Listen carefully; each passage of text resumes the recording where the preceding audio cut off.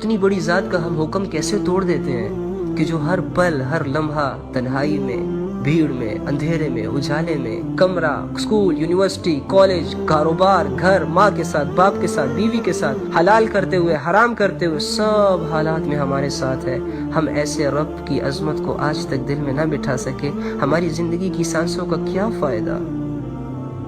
یہ 60-70 سال کی زندگی کا کیا فائدہ؟ ایک اللہ کو نہ پہچان سکے، ایک اللہ کی ویسی عبادت نہ کر سکے جیسے اس نے کہا ہے، ایک رکعت ایسی نہ پڑھ سکے پوری زندگی میں کہ جو صرف اللہ کے دھیان والی ہو، ایک سجدہ ایسا نہ کر سکے کہ جس میں سر کے ساتھ ساتھ دل بھی جھکے، ایک فیلنگ ایسی نہ بنا سکے، ایک ایسی فیلنگز نہ بنا سکے کہ جو زبان پہ آئے اور اللہ سے یہ کہنے پہ مجبور کرے کہ اللہ میں آپ سے محبت کرتا ہوں، مجھے آپ سے عشق ہے. ایک ایسی فیلنگ نہیں ہے نا. ارے جھوٹ ہی بول دو یار،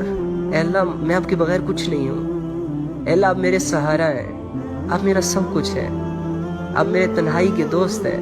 آپ مجھے آخرت کی کامیابی دینے والے ہیں، آپ میری دنیا میں بھی ساتھی ہیں، آخرت میں بھی ساتھی ہیں، قبر میں بھی ساتھی ہیں. اے اللہ آپ ہی تو سب کچھ ہیں.